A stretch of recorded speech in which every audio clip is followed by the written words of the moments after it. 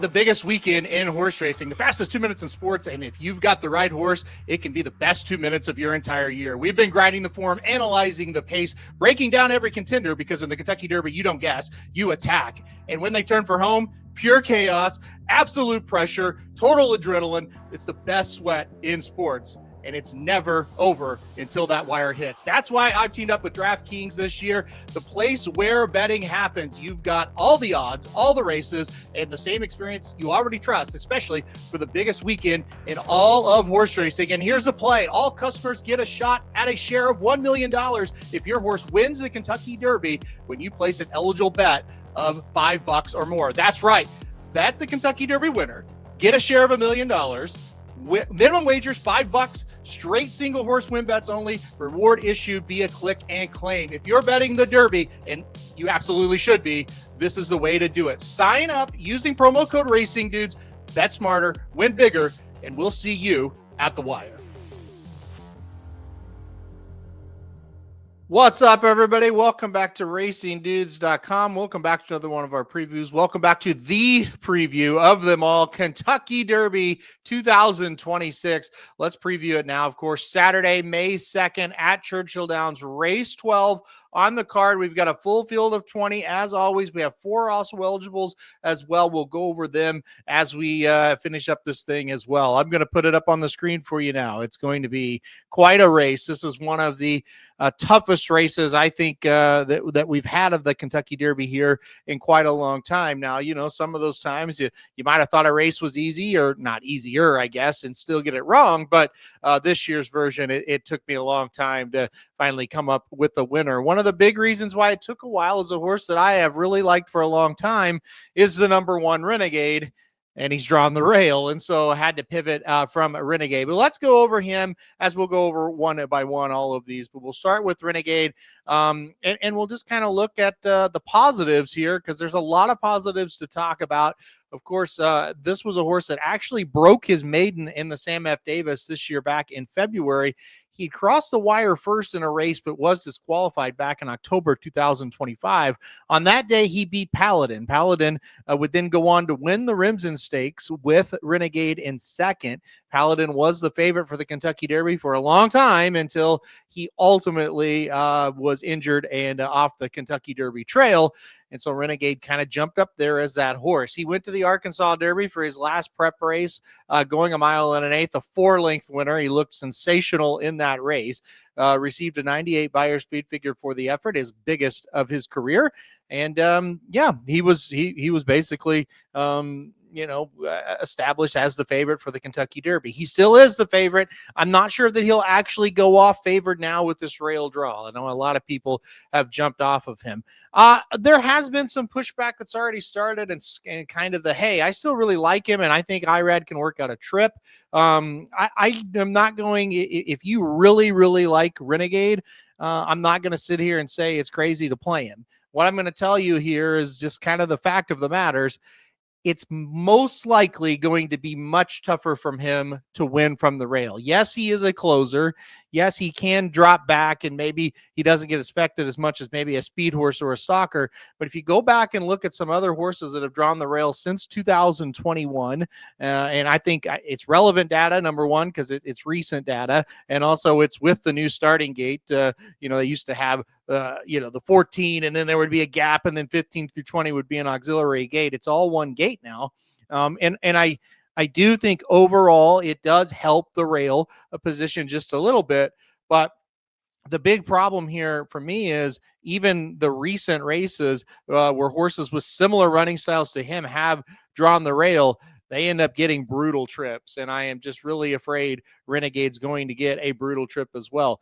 Again, if you really, really like him, if you were in love with him, I would stick with him. I put it to you this way. If this was last year and journalism drew the rail, I probably would have stuck with him because I really loved journalism. Now, we all know the story. I was wrong, but that doesn't, yes, I was wrong and that does matter, but it doesn't. But going into the race, I loved him. So I just kind of felt like, hey, I'm going to pick him no matter what.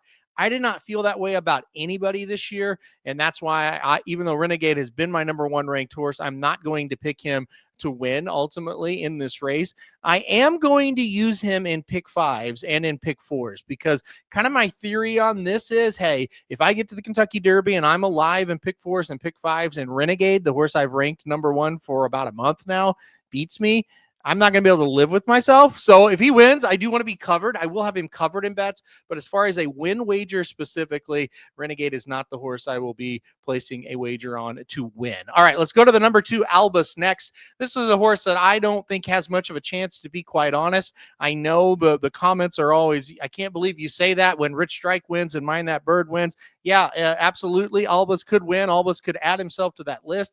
But I have to tell you what I really think about the horse, and I just think he's a step slow, right? And so you could come back here if he wins and tell me how dumb I am, but you're tuning in this video for an opinion, and my opinion is he's just not fast enough. He is a horse that I think is getting better. I think he's a horse with a big race or two kind of with his name on it. I just think this one may be too big for him. So I am out on number 2, Albus, in this spot. The number 3 is Intrepido. Intrepido, is a horse that got in after some scratches.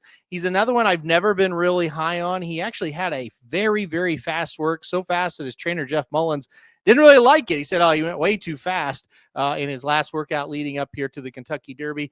I didn't really like him anyway. I don't think that helps his chances. I'll say that for sure with the fast work. So he's not one I'm really interested in this spot either. The number 4 is Litmus Test. This is the first horse that I think could contest the pace of this race. He's been bitterly disappointing in 2 races this season. He was 3rd in the Rebel Stakes, well beaten 3rd at that, and he was 7th in the Arkansas Derby. Kind of the reports are, or the indications are, I should say, is this horse is going to fly out of the gate and try to get the lead here. I think they kind of want him on the lead, see if he can take him a long way. So him drawing into the race for Bob Baffert, I do think means, hey, the pace is going to be honest. And so, if you go back to Renegade for a second, or Albus for that matter, if you like them, I do think closers are going to get an honest pace to run at. I think it's going to be fairly fast. I think it'll be a little bit faster than last year. Last year, 6 furlongs went in 110.78. I could see maybe 110 flat this year. I do think it's going to be a little bit faster, and I think Litmus Test is going to help that pace. I don't think he's going to be around at the end, though, and they asked Bob Baffert about Patente, and we'll talk about him in a second, and he glows when he talks about him. They ask him about Litmus Test, and Bob Baffert almost has a look on his face as, who is that? So obviously I'm exaggerating there, but I don't think Litmus Test plays much of a factor in the result. I do think he plays a factor in the pace. So number 5 is Right to Party. I view him a lot like I view Albus. It's just, you're just going to have to get a lot better and a lot faster quick. If the pace falls apart, sure, they've got a shot, but for number 5, Right to Party, he's not really for me. He is getting better with each start, kind of like Albus. I think he's decent.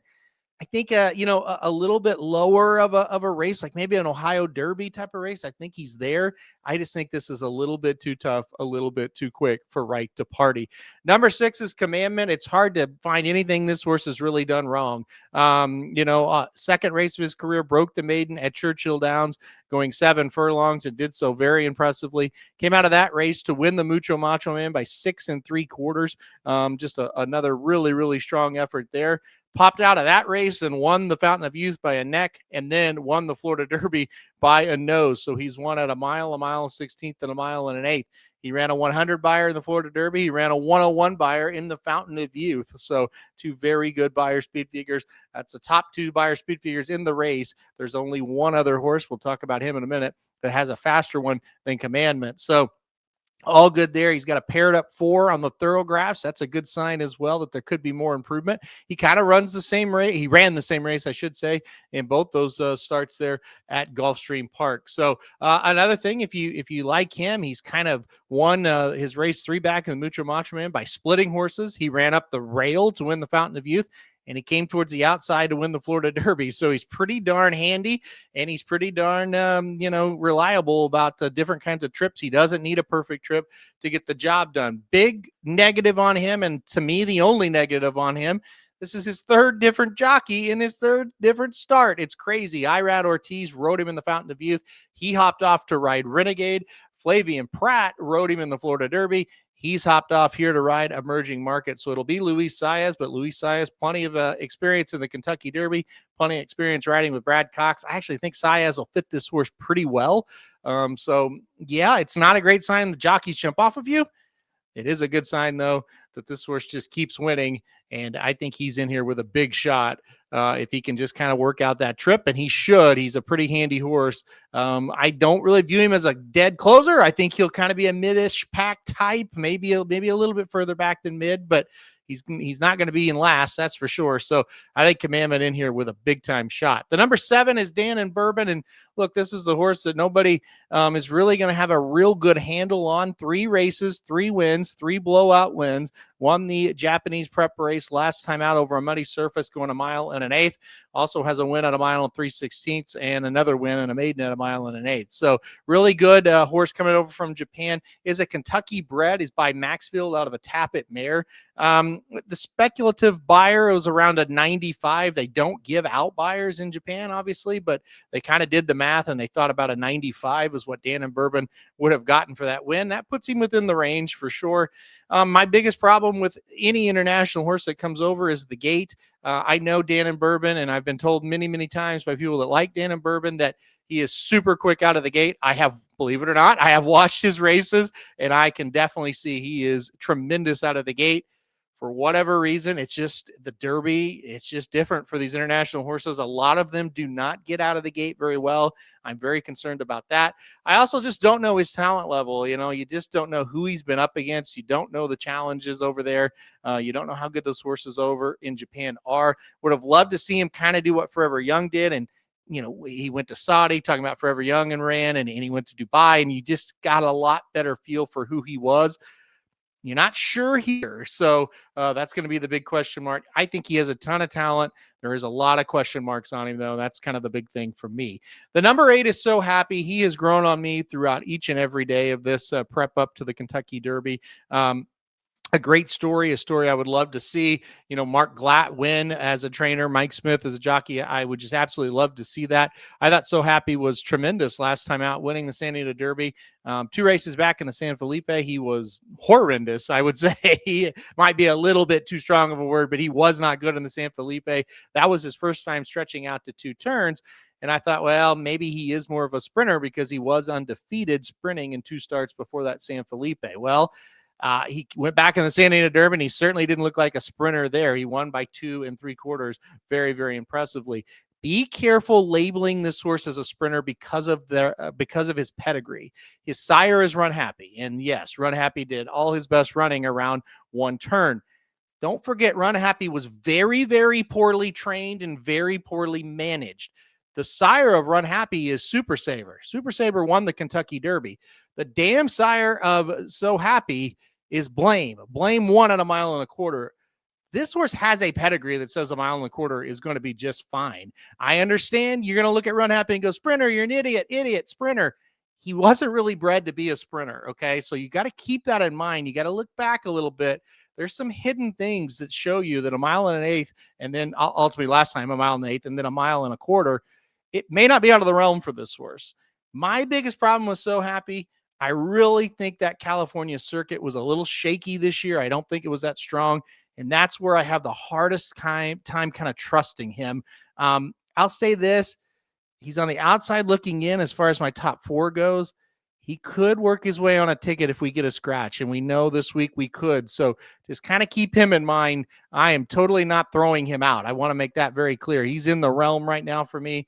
He's just on the cups. I think he'll sit a really nice trip as well. The number 9 is the Puma. The Puma is a horse that's grown on everybody, I think. Maiden special weight debut on January 10th. Lost to Chief Wallabee by a length and a half. Chief Wallabee turned out to be a really good horse. The Sam F. Davis, he was third, beaten 6 lengths by Renegade, but the Puma just really struggled with the trip. It was an inside trip. He never got out. He never got any room to run, and he faltered. The Tampa Bay Derby, he got an outside trip. They just kept him outside, kept him towards the back, kept him away from trouble. He rallies up and wins by 3/4 of a length. And then the Florida Derby, He loses by a nose, but boy, was it close. Really, really close. He almost held on there. I think he's in with a big shot. I think this is another one that when you look at him, man, he's progressing. He's getting better. I think he's got a good pedigree. I didn't love how he finished the Florida Derby at 1.8 miles. He didn't gallop out much, but again, he was coming back off a quick turnaround, and they kind of said, hey, we're going to turn him around quick here, so we'll have more time for the Kentucky Derby, so it could pay off to be a pretty good move. If you like the Puma, I'm not going to talk you off of him. I think he's in with a big shot. To the number 10 is Wonder Dean. Wonder Dean, a horse that coming over after winning the UAE Derby in stylish fashion. I thought it was very impressive. He's kind of like Dan and Bourbon in the fact that now you're going to have to come over here for the first time in the United States to run in the weirdest race, right? The Kentucky Derby. And so that's my worry with Wonder Dean. Good horse. I thought it was a good race. Don't have a lot of interest in the UAE Derby winner this season. The number 11 is Incredible. It's another horse that has grown on me a little bit, a horse that last time out really bounced back in a big way to win the Virginia Derby, received an 88 Beyer speed figure for that effort. Got to get better, no doubt about that. But look, he has a win at Churchill Downs in the Street St. Six as a 2-year-old, really, really good win. Same race that Sovereignty won last year before he obviously went on to win the Kentucky Derby. Riley Mott trains Incredible. Bill Mott, of course, trains Sovereignty, so kind of some cool things there. I think this horse is going to run his best race. I think the best race of his career is going to come on Saturday. I still think that might put him in like 5th, 6th place. That's my worry. I know that I have faith in him to run well. It's just, man, I don't know if he's good enough still if he improves to get the job done all the way for the win. I don't blame anybody for wanting to take a shot with him at 20-1. I don't have a ton of negative things to say about him other than just in my eyes, he might be just a small cut below the top horses in this race. The number 12 is Chief Wallabee, a horse I've wrestled with, for 2 days now about, should I pick him to win? Where do I place him? Look, I think his maiden speaks for itself. Very good win over the Puma. Second race in the Fountain of Youth, lost by a neck to Commandment in a race where he went very wide. And Commandment kind of scraped the paint. And I think the logic was, I with a different trip, Chief Wallabee's going to beat him this time. So we get to the Florida Derby. Commandment has to go wide. He's behind Chief Wallabee instead of Commandment being ahead of Chief Wallabee. And the same kind of thing happens. He doesn't get the job done. He's running in spots. He's kind of shying away from horses. He ends up running third, only beating a half length, but still third. The big news now, there's two big pieces of news. The blinkers are now on Chief Wallabee, so that's something I'll address here in a second. And the workouts at Churchill Downs have been sensational. So he's coming into the race well as far as full of energy and ready to go. I wasn't that concerned about that because he always seems to be full of energy and ready to go. The blinkers on is a little bit of an issue. No horse in 25 years has added blinkers and hit the trifecta, let alone win the race. So that is a major problem. Major equipment changes in the Kentucky Derby, usually a big time negative. Also, everybody in the world have seen these works, and I think he's getting a little bit overhyped now at 8-1. I don't know if he should be 8-1. He still probably should be maybe 10 or 12. It's just a couple clicks of the tote boards if you like him, like I do. I'm not going to get bent out of shape about it, but I do kind of, I don't love that he's kind of getting that action and getting that love from the betting public. I know the markets aren't open yet, but I'm predicting that he's going to get a lot of love. One other thing, and this is just, it is what it is. You take it for how it is. Only one jockey trainer combo has ever won the Kentucky Derby back-to-back years. Now, 6 trainers have won it back-to-back. 6 jockeys have won it back-to-back, but only one combination of the two have won it back-to-back. So I thought that was very interesting as well. I don't subscribe too much to that because, hey, if he's the best horse, that doesn't really matter, right? But it is something to kind of think about. So I think he's in with a big shot. I am very curious what the blinkers do. I hope they don't do what they did this Palace Malice and it just spooks him and he kind of goes crazy and his race is over. I really, really hope that doesn't happen. I hope he runs his normal race and he's in with a shot. 13 is Silent Tactic. They're not silent about the tactics they're going to employ with him. They're going to take him back and make one run just like he did in the Southwest Stakes 3 races back at Oaklawn Park where he won. The last 2 races, the Rebel and the Arkansas Derby, They kind of played that game of we're kind of mid-pack and we're just going to kind of ease up and then we're going to make a move there at the top of the turn and try to win. And he ran well. He got second in the Rebel, second in the Arkansas Derby, but maybe he didn't have that late kick like he did in the Southwest. So I think the plan here is drop him back, make one run, and hopefully the speed comes back to him enough and he's flying home and he gets the job done. I think it's possible. I think if you like him, 20-1 is the right price. I tend to think he's just a touch below the top horses in here. But at 20-1, you're getting paid for it. I wouldn't be shocked, right? I wouldn't be shocked if he gets the job done. A true, honest horse, definitely a horse you got to think about underneath. Here's another workout buzz horse. The number 14 is Potente. Bob Baffert training here. And yeah, they're buzzing about the work of Potente today. As I record this, it is Sunday, April 26th. He had a bullet work at Churchill Downs, 1 of 23, 5 furlongs and 57 and change. That is very, very quick. What does that mean? Well, I think it means he's doing extremely well. There was an interview with Doug O'Neill, not the trainer of Bob Baffert, but Doug O'Neill saw Potente's work and said, boy, that's the best work I've seen out of him. He looks to be doing really, really well. So he's in with a huge shot. The problem is with all this talk, you may not get 20-1, which is his morning line. You may get a little bit less than that. But when you look at his resume, nice maiden win going 6 furlongs, improved greatly in his second start to win the San Felipe, improved again in the Santa Anita Derby. Just got beat by So Happy that day by 2 3/4. Before the work, before the hype, I certainly just looked at this as I think he's just a tad below, the top horses in the race, but maybe he's doing really, really well. Maybe he's the one blossoming at the right time. One thing I do worry about with that fast of a work, is he really keyed up, and is he going to be part of that pace now and speed up that pace and maybe get a little bit too close to it? I think he's a horse that likes to sit off a little bit. I don't really want him on the lead here. Is he a little hyped? Will he pop out of that gate from the 14 and get out there in front and maybe go a little bit too fast? I do think that is a little bit of a worry with him. But I mean, I think if you're a big fan of Bob Baffert, if you're a big fan of Potente, I do think 20-1. You may not get it, but I think you're going to get a good price on this horse, and all indications are he's doing extremely, extremely well. Number 15 is Emerging Market. 2 races, but 2 really good ones. Broke the maiden at Tampa Bay Downs with a 97 buyer by 3/4 of the length over Power Shift. Believe it or not, Power Shift still a maiden. He's going to run in the first race on this card. And then the next race stretched out to mile 3/16 and won the Louisiana Derby by a head over Pavlovian. Listen, I was talking with a couple of my friends today about Emerging Market, and I said, he might end up being one of the best horses in this crop, but just 2 races to the Kentucky Derby. It is so much to overcome, and that's the worry for me with him. I do think he has a ton of talent. I think he'll sit a pretty good trip. I actually like the 15 hole for Emerging Market, lightly raced horse. The 16, the 17, even further do the 18, they're going to go. And then Golden Tempo and Full Effort are probably going to drop back.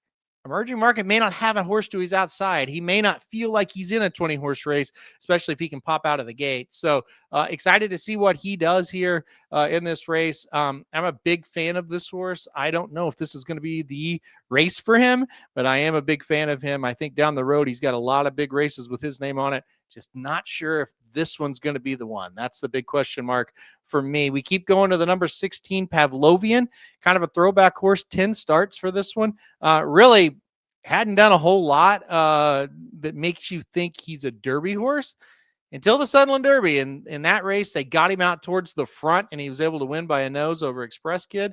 They put him on the lead again in the Louisiana Derby in the next start, and he's second, only beaten ahead by Emerging Market. He's going to play a big part in this pace. There's no doubt about it.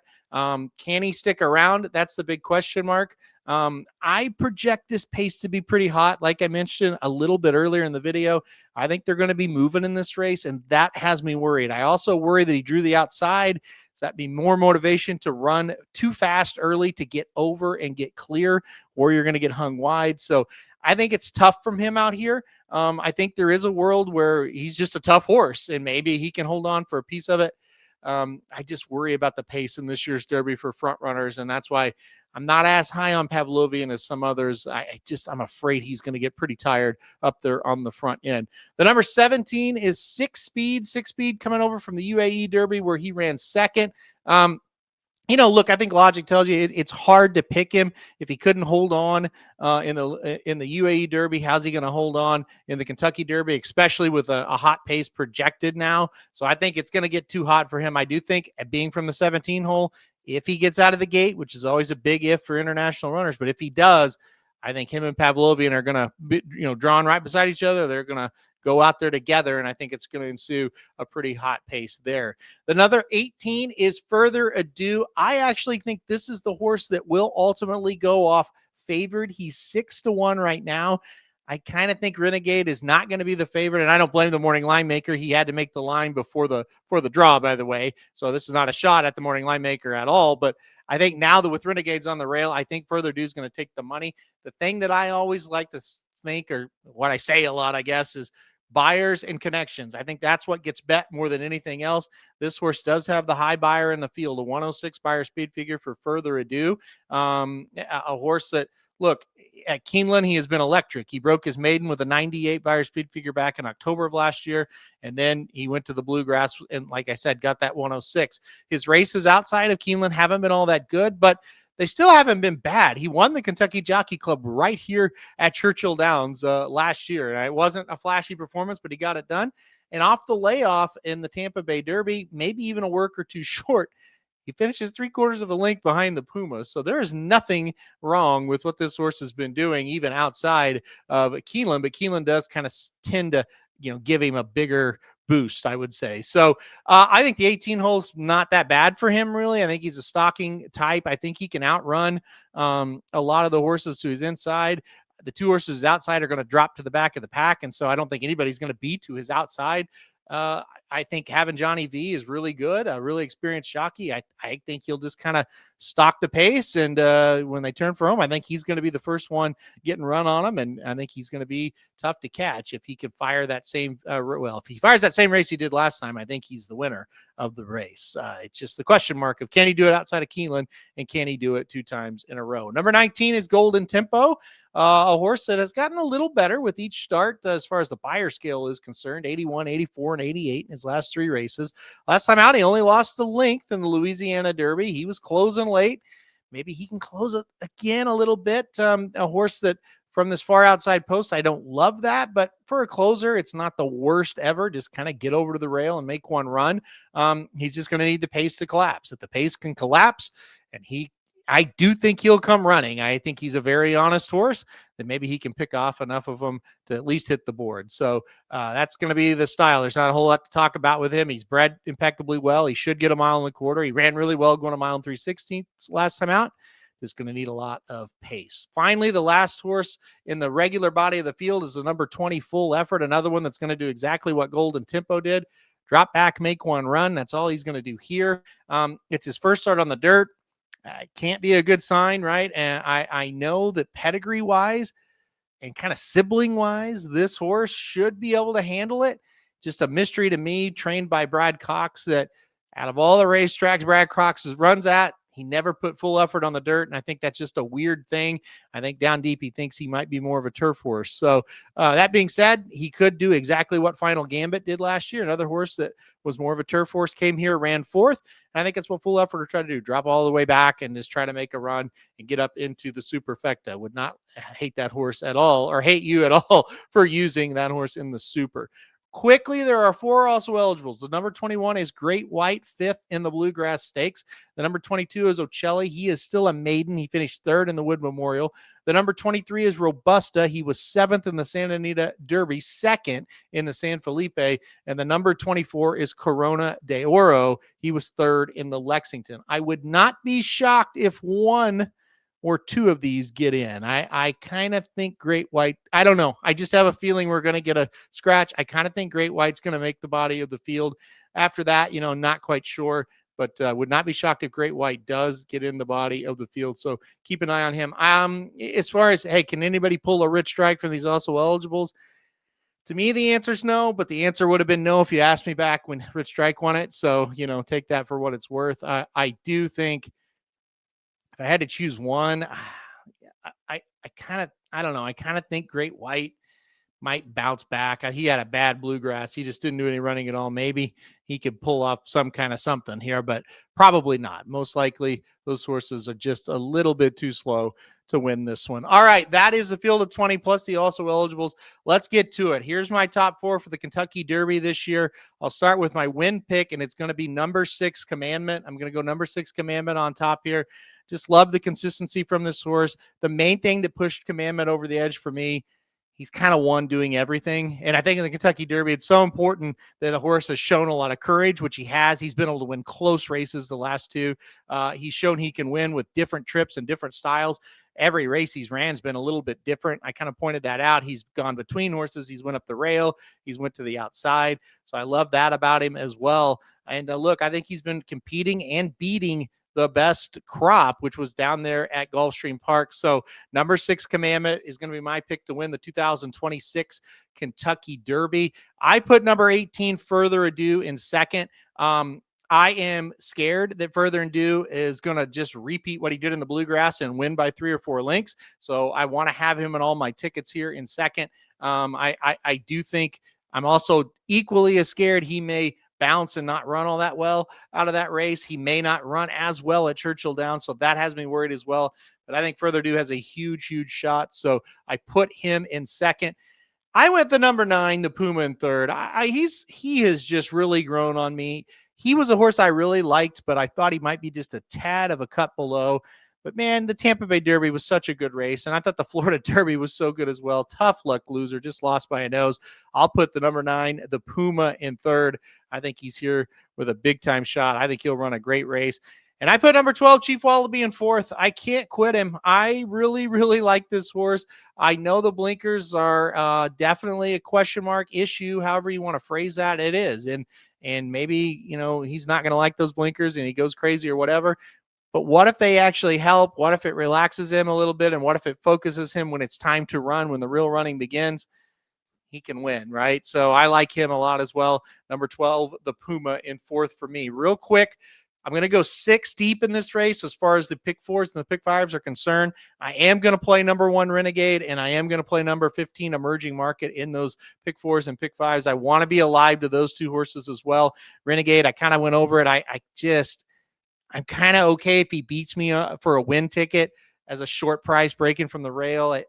I can live with that, right? I know I've had him on top for a while, but again, short price breaking from the rail. If he wins, complete tip of the hat, and hopefully I'm alive in those pick 4s and pick 5s, and I'll cash anyway. With 15 Emerging Market, I can't get there for a win wager. I could see how this horse is going to be really good, though. So I don't want to leave him off. If we leave the Kentucky Derby and he wins and he costs me a pick 4, pick 5, I don't think I can live with myself. So a 15 Emerging Market going to be on those tickets as well. But again, top 4 for this year's Kentucky Derby: number 6, Commandment, in first; number 18, Further Ado, in second; number 9, the Puma, in third; and the number 12, Chief Wallabee, in fourth. All right, guys, that'll do this video. Hit that like button if you like. Hit subscribe if you really like it. Want to get alert anytime we do videos like this. And most importantly, good luck if you're playing the Kentucky Derby on Saturday.